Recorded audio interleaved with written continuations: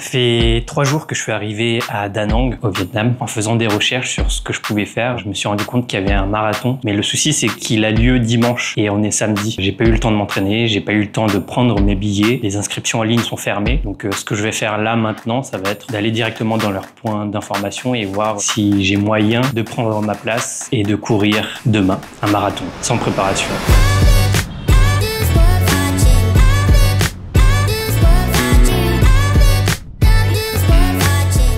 J'ai toujours voulu faire un marathon, donc je me suis dit que là, ça serait l'occasion.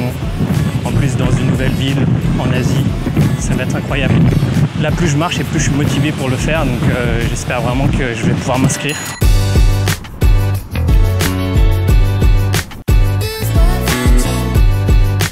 Ça, c'est pas incroyable. Ça y est, on y est. Vous voyez d'ici, vous entendez.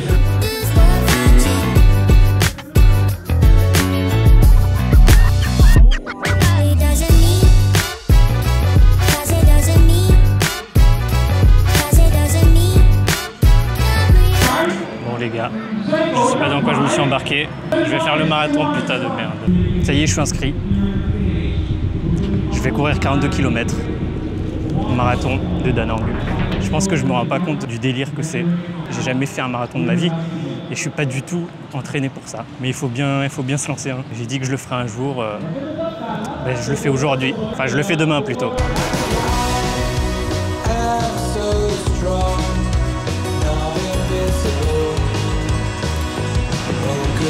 Je crois que je réalise pas encore.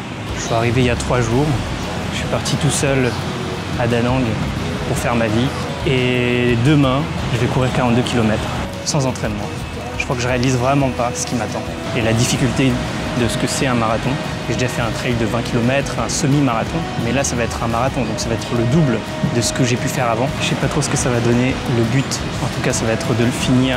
Ça va déjà être de le finir. On va essayer de voir si on peut faire un bon temps. Mais le but déjà, ça va être de le finir. Voilà. Je vais devoir courir 42 km à 3 h du matin. Putain de merde. Ça va être incroyable. Je vais tout donner. Je vais tout donner.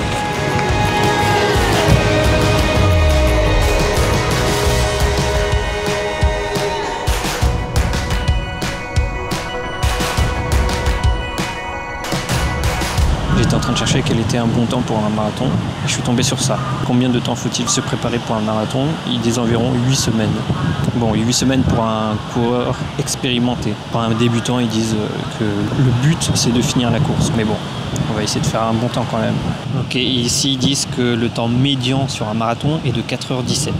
Ce qui veut dire que la moitié des finishers finissent avant 4h17 et l'autre moitié finit en plus de 4h17. Étant donné que je n'ai pas fait vraiment d'entraînement, je me dis que 4h c'est un bon temps. Le meilleur chrono international est en dessous de 2h12. C'est incroyable. Je commence un peu à stresser, je me dis est-ce que je vais le finir au moins? Ce serait bien de le finir quand même.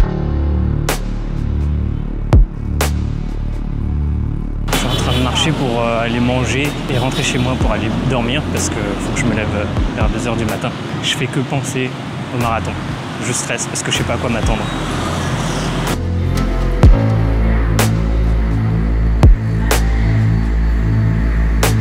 J'ai 8 heures avant de me lever demain pour courir mon marathon qui commence à 3 h du matin. Putain. Dans quoi je me suis lancé?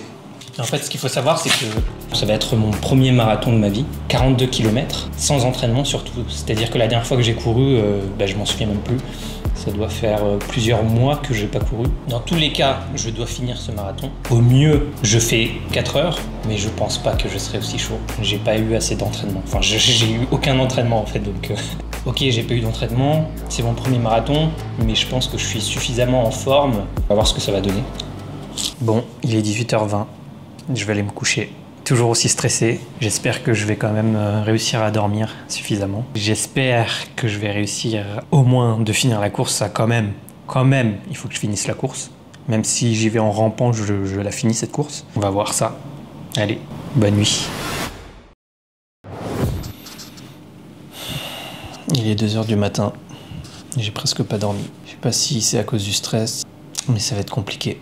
C'est parti pour courir un marathon, putain.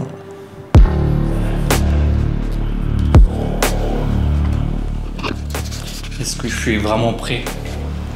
Je suis pas sûr.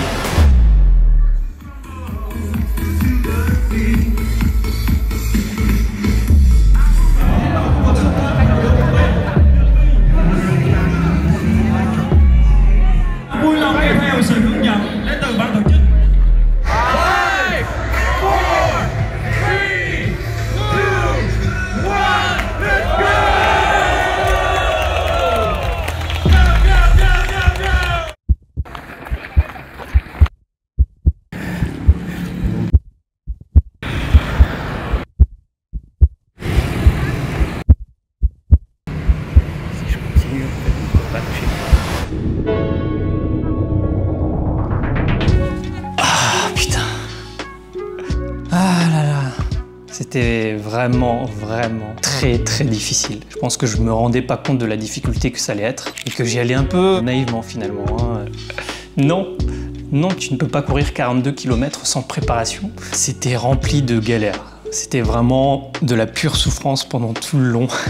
Ça a commencé donc à 2h30 du matin, je me suis rendu là-bas. Ça commence, il y a un décompte de 10 secondes. On part tous ultra motivés, tout le monde a la patate, même s'il est 3h du matin. Il fait nuit, au bord de la mer. On commence tous à courir. Et là, vraiment, les premiers kilomètres, je les savoure. J'ai pas de musique, je cours avec tout le monde. Mais quand même, au bout du 6e, 7e kilomètre, tu commences à sentir que les mollets et les tibias chauffent. Au bout de quelques kilomètres, ça commence à s'estomper. Je continue, mais juste quelques kilomètres après, j'ai déjà un autre problème. Ma chaussure est pas du tout adaptée à la course, donc ça m'a fait une giga cloque sur le pied. Et ce qu'il faut savoir, c'est qu'il y a des ravitaillements assez régulièrement. J'attends le prochain ravitaillement pour demander à une personne si elle n'a pas un patch pour les pieds. Malheureusement, la personne me dit que non. Ça commence déjà à m'irriter et je sens que sur la durée, ça va être un enfer. On arrive aux 10 km.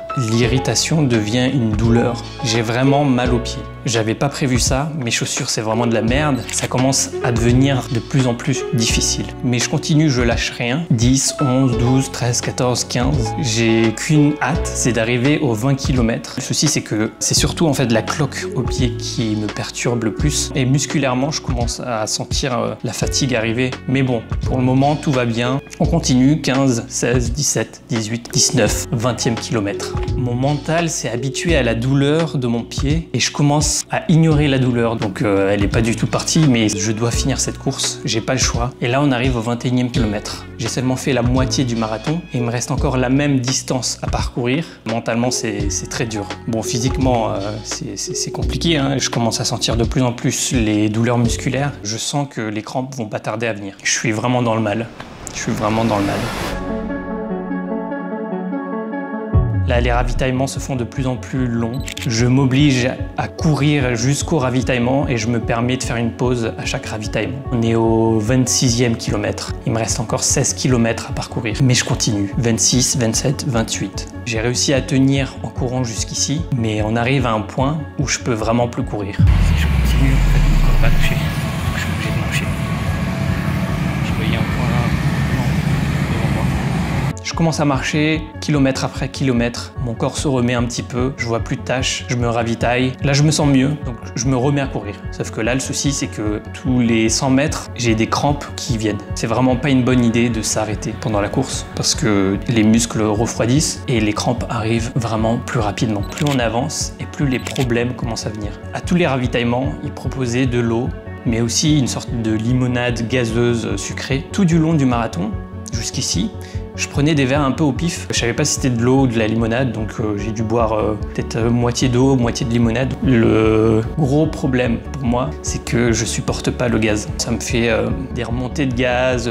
Je commence vraiment à avoir envie de gerber. J'avais envie de vomir pendant toute la moitié de la course. Arrivé vers les 30e kilomètres, 31, 32, 33, je commence vraiment à souffrir. J'arrive pas à faire partir cette sensation de nausée. Donc je me dis, il faut que je me fasse vomir parce que là, je vais pas réussir à terminer la course. Que je me pose dans un coin, à l'abri des regards, et je commence à me mettre des doigts dans la gorge pour essayer de me faire vomir. Sauf que bien sûr, ça marche pas. Je me sens toujours aussi mal, mais je continue à marcher, un pas après l'autre. Physiquement, je suis KO, j'ai plus d'énergie. Mentalement, c'est très difficile. Et principalement, c'est ce problème de nausée. J'ai pas le choix, hein, je continue. Je regarde un peu l'heure, je me dis qu'il y a encore moyen que je puisse finir le marathon, mais là, ce que je m'étais fixé, bon, j'étais vraiment optimiste. Petit à petit, en fait, je me suis rendu compte que le but, ça allait vraiment juste être de finir la course. Donc là, on arrive vers les derniers kilomètres. 38, 39, 40. Je suis en train de marcher en PLS. Je vois des gens qui me dépassent de plus en plus. Quand je me mets à courir,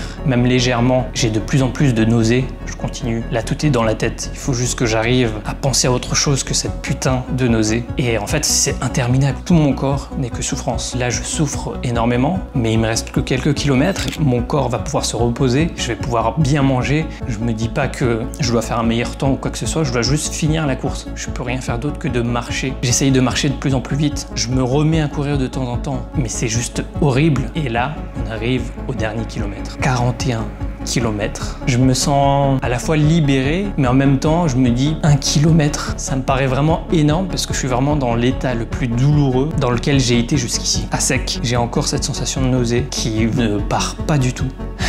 La dernière pancarte, 500 mètres avant l'arrivée. Et là, je me dis, bon, il faut quand même que je finisse cette course en courant. Donc je me remets à courir pendant les quelques centaines de derniers mètres. Et là, enfin, j'arrive à la ligne d'arrivée. La libération. Voilà, donc un conseil, si vous courez un marathon, ne buvez surtout pas de boissons gazeuses. Après, éventuellement, vous pouvez vous entraîner et prendre des chaussures adaptées. Je pense que c'est mieux quand même. Ah là là là là. Je m'attendais pas à ce que ce soit aussi difficile. Je pense que j'y suis allé un peu naïvement. Ça aurait été bien de pouvoir me préparer, mais je pouvais pas vraiment. Le fait d'y être allé un peu naïvement, sans savoir à quoi m'attendre, c'est un peu aussi ce qui m'a poussé à le faire. Je l'ai fait, putain, je l'ai fait. J'avais 7 heures pour finir la course. Je l'ai fini en 6 heures. C'était que de la souffrance, mais en même temps, incroyable. Et c'est fait. J'ai toujours envie de dégueuler.